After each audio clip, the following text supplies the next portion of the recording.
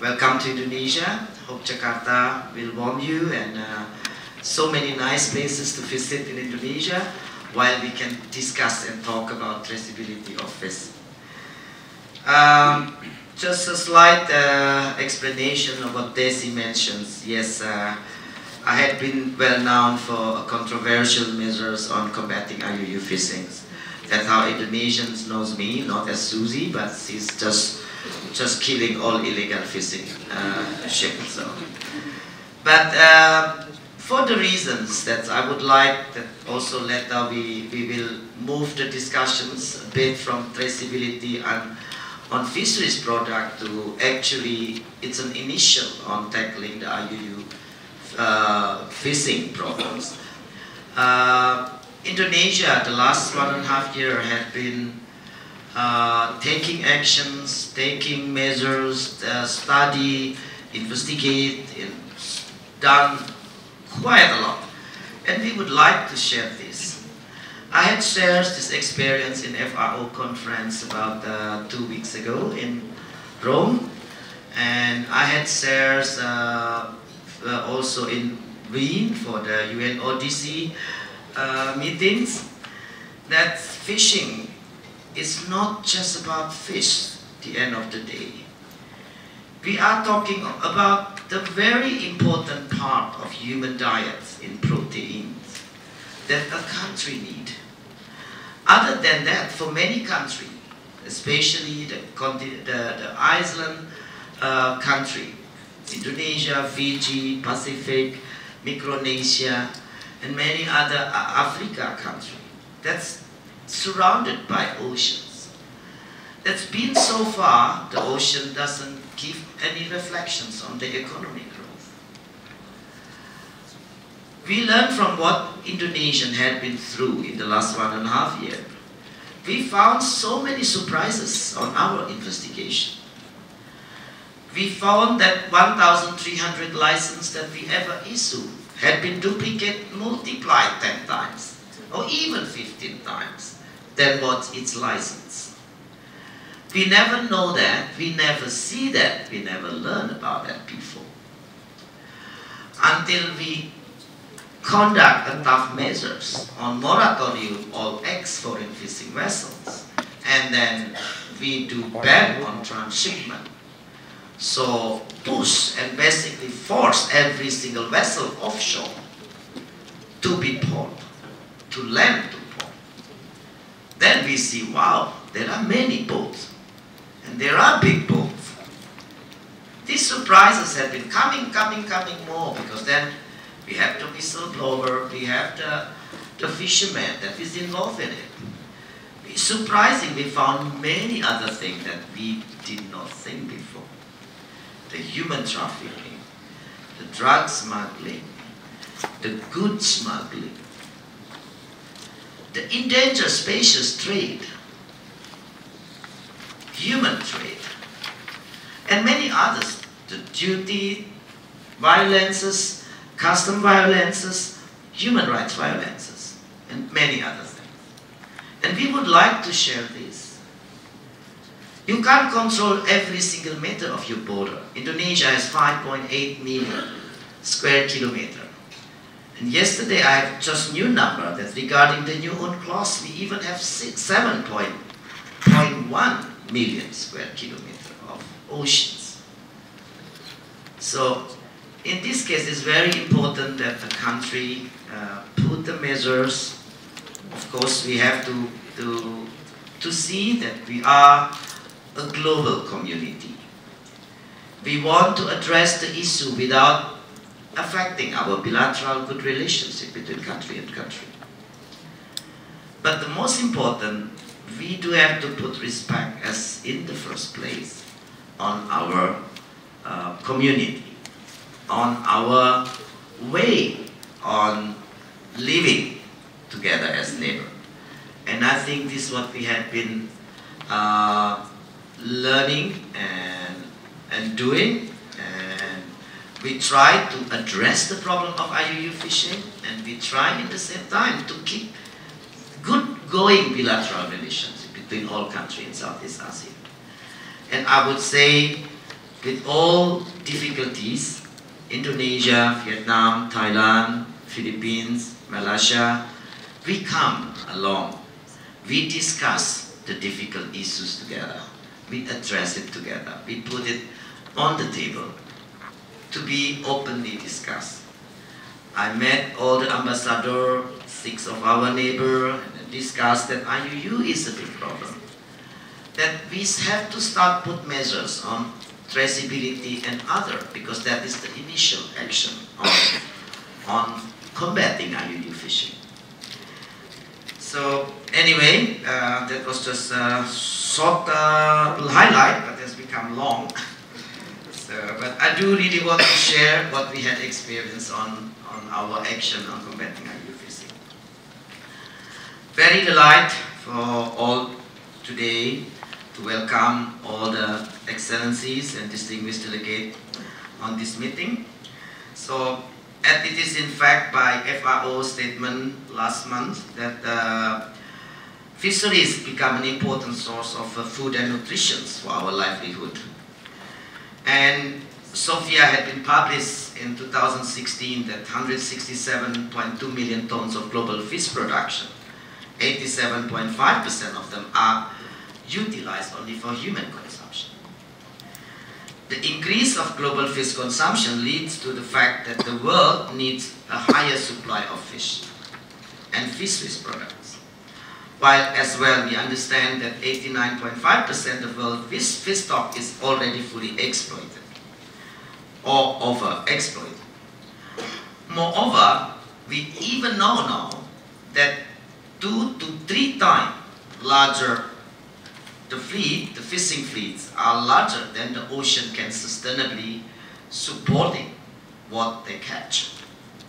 So we see on this that the data of FAO, besides we understand now that the fishery have become very important sources for people livelihoods, we see that the numbers of fleet that catching fish around the globe is 2-3 times more than each ocean can sustainably support. So we have to be able to understand that one world, one oceans, the recovery, the health of oceans in a country is the interest of other countries. Fish are not a static life creature. They're swimming, they're migrant, they go around the whole oceans.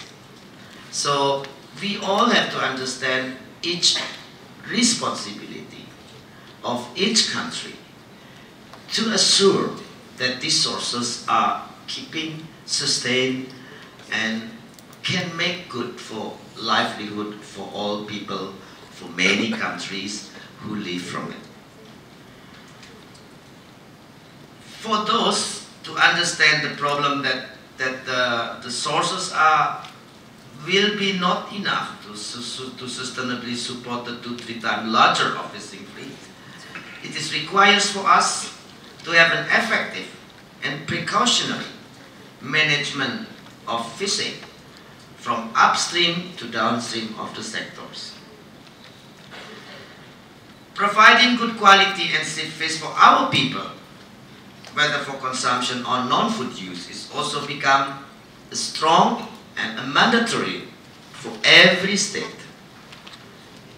As a government authority, and in our role that to ensure the fish and fisheries product being sold and being eaten are already safe and secure. From dangerous substance, also legally and sustainability fish. That is very important. Indonesia, through the work, as what I explained before on my highlight, that we reflecting it on our 3 pillars of government program on fisheries management. One is sovereignty. The first sovereignty is very important because without our sovereignty, we could not plan independently, we could not work independently. And understand and addressing it, the way we work to the problem that we need to solve. sovereignty is very important. We're strengthening our monitoring, we're strengthening our traceability and quality monitoring. That's what we put the works on sovereignty.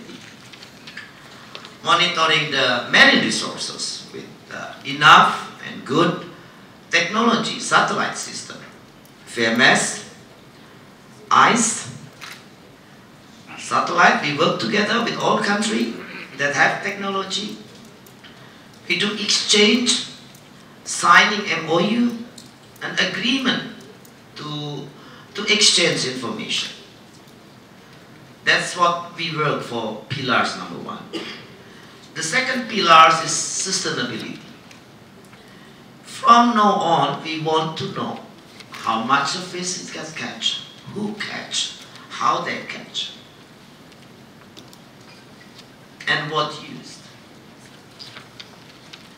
To understand this, very important, so you can measure how much you need to fleet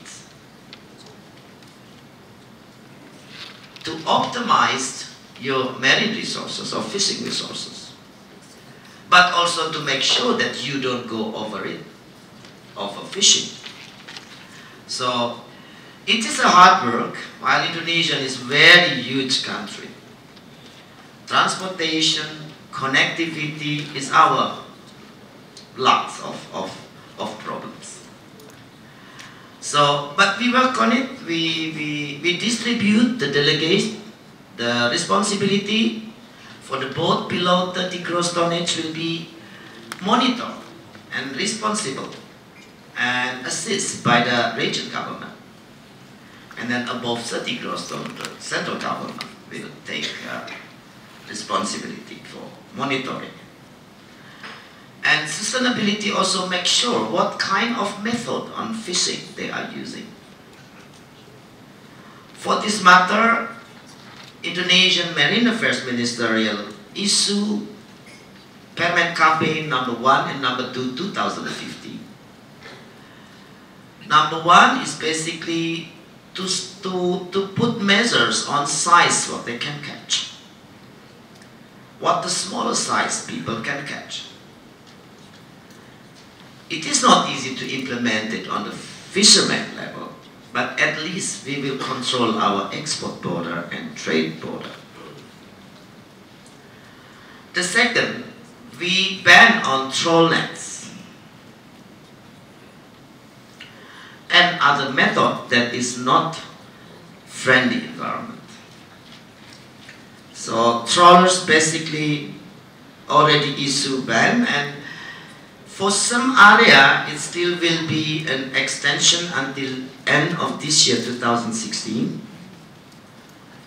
and they have to change to other fishing methods that is much more friendly environment. And we are moving on studying the seasons, closed and open and closed season for a few areas.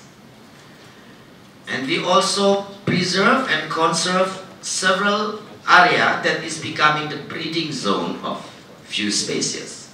An example, Banda for tuna. We understand that Banda is a very important source as a tuna breeding ground. So we want to protect this. That means we give and do our responsibility to the world, not only to our nations. Because 60% of tuna coming breed on this zone.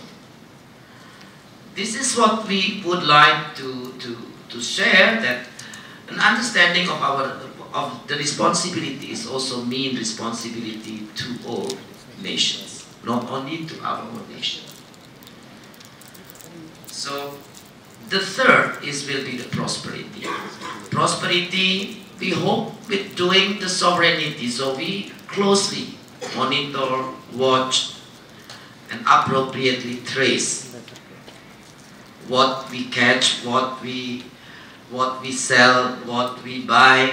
That means we ensure number 1 pillar is done.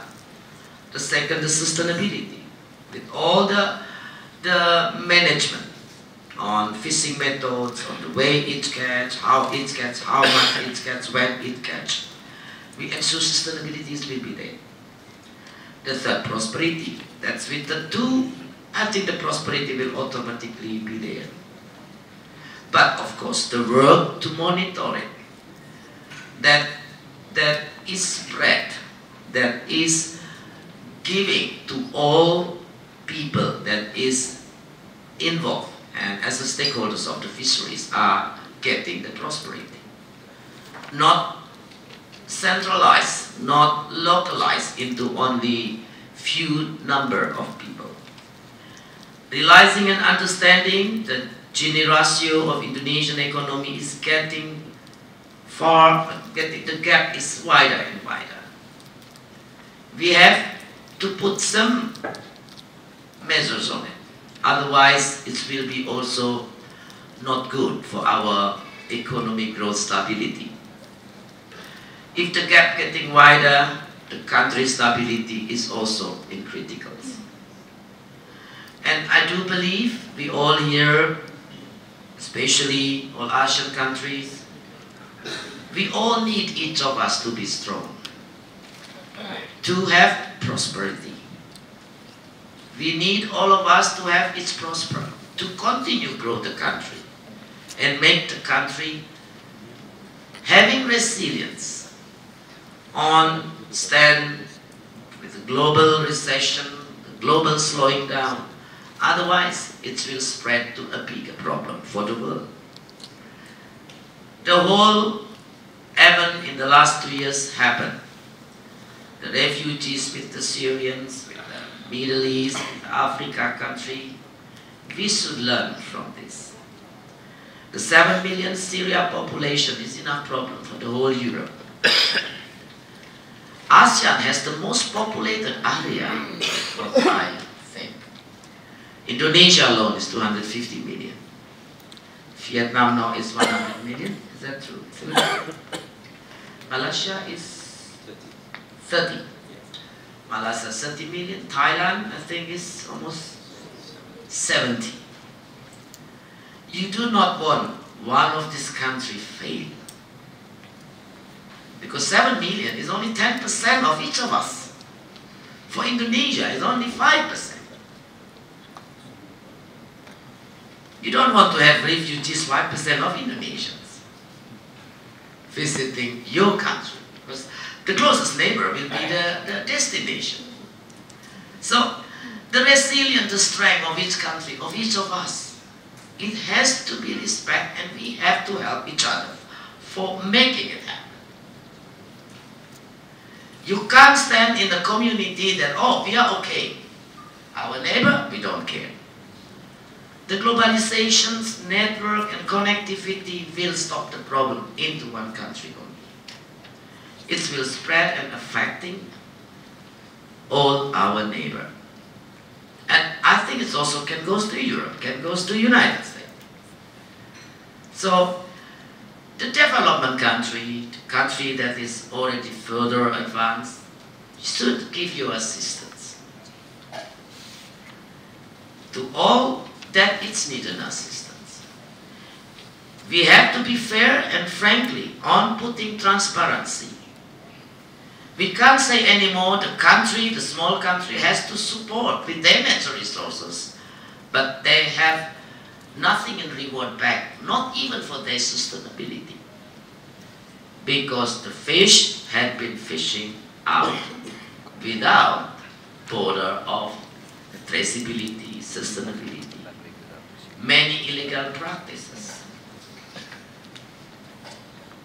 And I do believe what we have learned in Indonesia, this is what happened around somewhere. We put the tough measures, now they don't come to us anymore. 1 or 2 or 3, the traditional way, but the big that is transnational organized are still out there. What we learned from Indonesia, combat IUU fishing, we have saved 37% of our national fuel. That's a huge number. We did not understand that. We just combat IUU fishing. We don't intend to save our few. First question, oh, maybe industry had been shut down, half of it. What industry? As slow as if the global recession was slowing down, there are still running companies. And now we learned that all those thousands of vessels actually taking our national fuel. In the old days, it's normal that we see in the TV people queue for a bottle of kerosene or diesel to be able to cook at home. Because things have been organized and transported to the shore. And then the shore, the business from illegal fuel, illegal fishing, human trafficking, good smuggling, all are work together. They bring it to the shore, the fuel packed with all cigarettes, drugs, and anything that the country needs. And we learn on numbers that from fishing is actually spread out so many other seas. And I think with what we have, we are very happy and very glad if we can share this. And assist out what we can do for all our neighbors.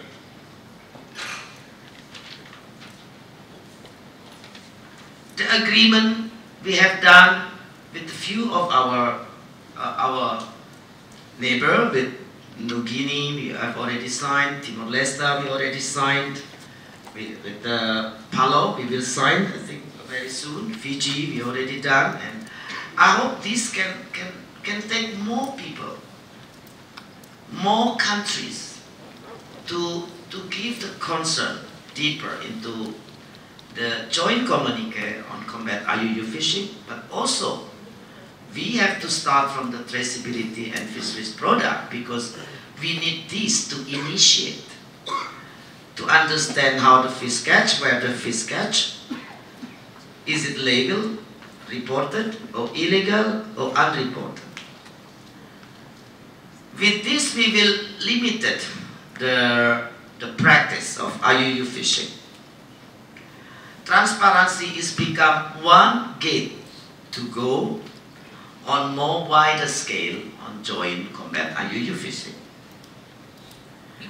Of course, what we have signed in Roma for the port state measures, I think every country should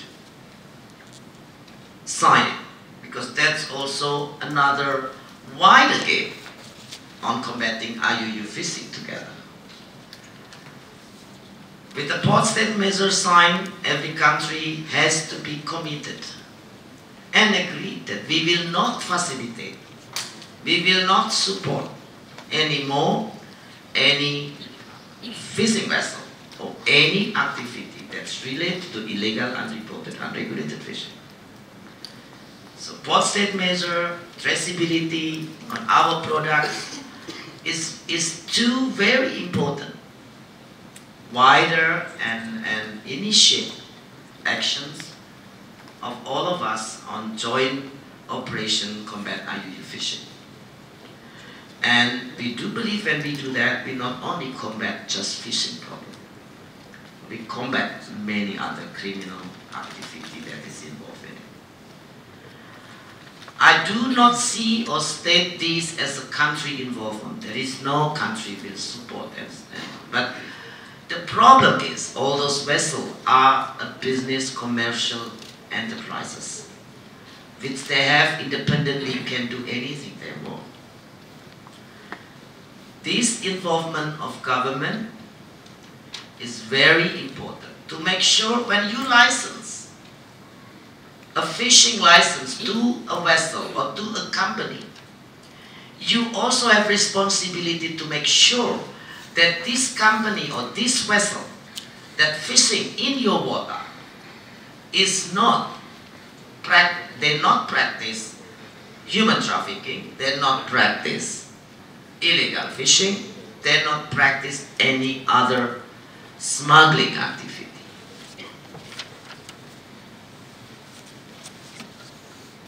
For your info, economy of Indonesia, it's as well as most of the global world are slowing down.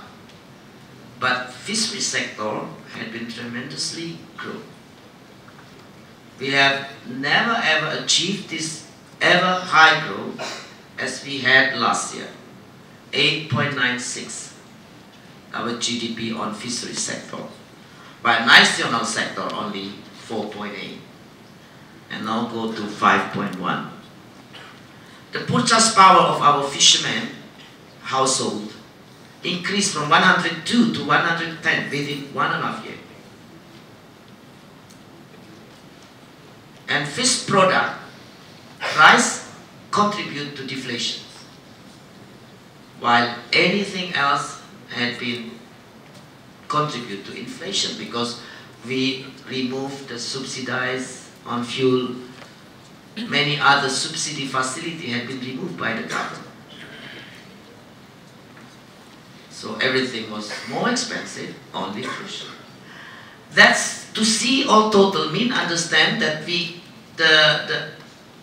the economy of fisheries is enjoyed by all stakeholders. The numbers is there, the volume is there. You can't make cheaper price if the volume is not there, the supply is not there. And the growth, the GDP is also enjoyed by the all fishermen's household. Where? Because the fisheries purchase index power increased from 102 to 110. It's an amazing result that we did not plan, but there is all the numbers supporting that we are on the right track. And those 1.5 years on one year on moratorium and ban transshipment, we use it to analysis and evaluate all foreign fishing vessels, which we found in the end of the day that they don't even paying tax of $1 million a year.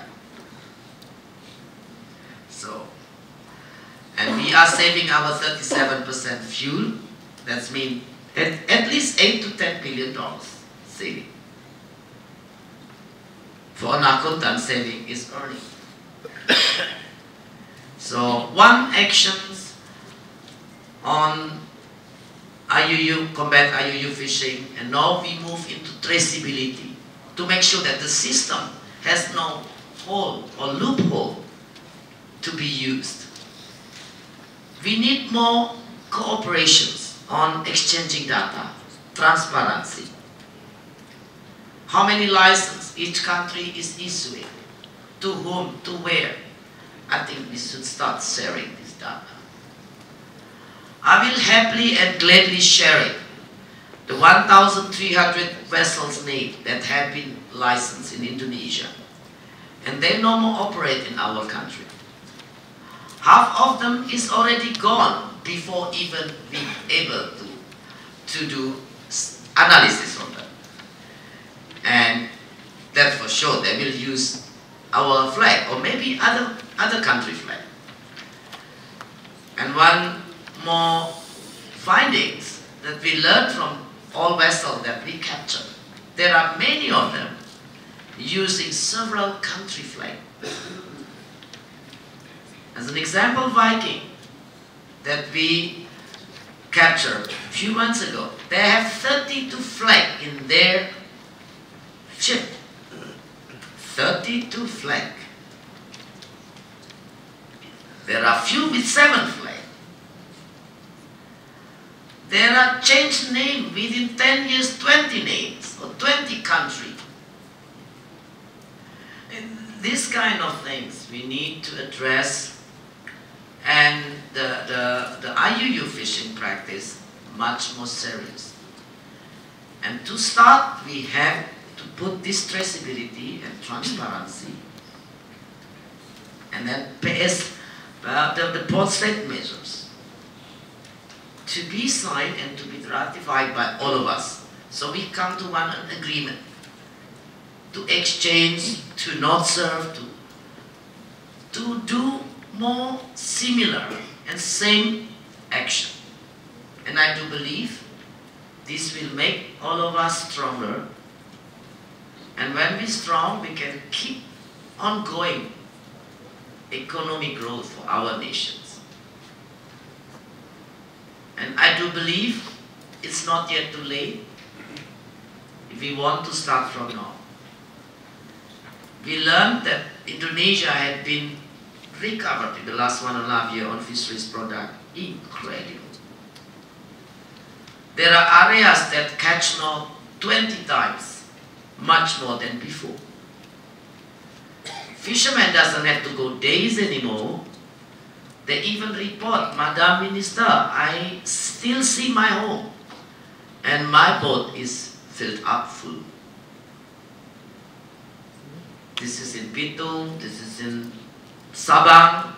The catch is 20 times, from 1 ton to 20 tons. And it's all local domestic capacity. So the growth that we made, the increase of capacity, purchase power of our fisheries household, the saving of the fisheries is all done by domestic capacity. We had made the regulations on the economy more in general. We also now open more to foreign on investment in processing. So all countries we invite to come to Indonesia, open the cold storage, the processing plant, to buy and process the fish that the Indonesians now catch. We have incredible numbers of catch now. It's not yet as what we expect like 15 years ago. But it's coming more. And we believe we can share this business with all our neighbor countries. While on fishing industry, on capture fisheries, we are closed now for foreign fishing vessels. But for processing, for buying, for fish market, for aquaculture, and many other sectors, we open now bigger stakes for foreign companies. As for processing plant, you can own as a foreign investor in Indonesia for 100%. From before only minority. Now you can own majority, even up to 100%. But the president want the visions to make the future of the nation from the oceans. We close the fishing industry for only Indonesians fishing vessels. So for processing and other is open 100% for foreigner. So I think this is what I can share here. The traceability and transparency on fisheries, fishing and the product are very important. This is other measures. This is the next step after the port state measures and strengthening between country-to-country coordinations on combat IUU fishing. Thank you very much. Thank you very much. Certainly plenty of food